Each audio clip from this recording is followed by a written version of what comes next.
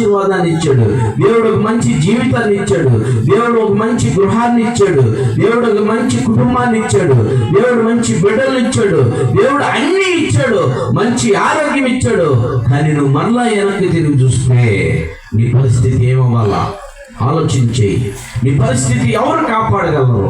నువ్వెవరితో తిరుగుబాటు చేస్తున్నావు తెలుసా? జీవము కలిగినటువంటి యేసయ్యతో తిరుగుబాటు చేస్తున్నావు. జీవము కలిగిన దేవుడితో తిరుగుబాటు చేస్తున్నావు.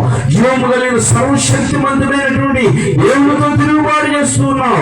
మాటతో కలుగు చేసినటువంటి సర్వలోకము ఈ భూమిని మాటతో కలుగునుగా కంటే, మాటతో కలిగిన భూమి ఆకాశములు కలుగునుగా కంటే, ఆకాశములు కలిగిని సూర్య నక్షత్రాలు కలుగునుగా కంటే, సూర్య నక్షత్రాలు కలిగిని సముద్రాలు కలుగునుగా కంటే, సముద్రం కలిగింది జీవరాశులు కలుగునగా కంటే, జీవరాశులు కలిగిని పక్షులు కలుగునగా కంటే, పక్షులు కలిగిని మొక్కలు కలుగునగా కంటే, మొక్కలు కలిగిని జంతువులు కలుగునగా కంటే, జంతువులు కలిగిని సమస్తాన్ని మాటలో కలుగు చేసినటువంటి దేవునికి నువ్వు వ్యతిరేకంగా ఉంటే ఈ రోజు, ఈ రాత్రి నీ జీవితాన్ని మార్చుకో, నీ బ్రతుకులు మార్చుకో, నీ తలంపులు మార్చుకో, నీ ఉద్దేశాలు మార్చుకో.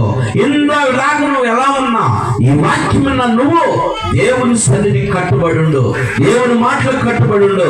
నువ్వు దేవుని సన్నిధికి, దేవునికి దూరంగా ఉంటున్నావు, మనుషులు కాదండి, దేవునికి దూరంగా ఉంటున్నావు. దేవుడు నేను అన్ని విధాలుగా నేను సంరక్షిస్తున్నాడు, అన్ని విధాలుగా నేను పోషిస్తున్నాడు, అన్ని విధాలుగా మంచి ఆరోగ్యం ఇచ్చి నీకు, నీ కుటుంబం, నీ బిడ్డలకి అందరికీ ఆరోగ్యం ఇచ్చి నేను కాపాడుతున్నాను దేవుణ్ణి.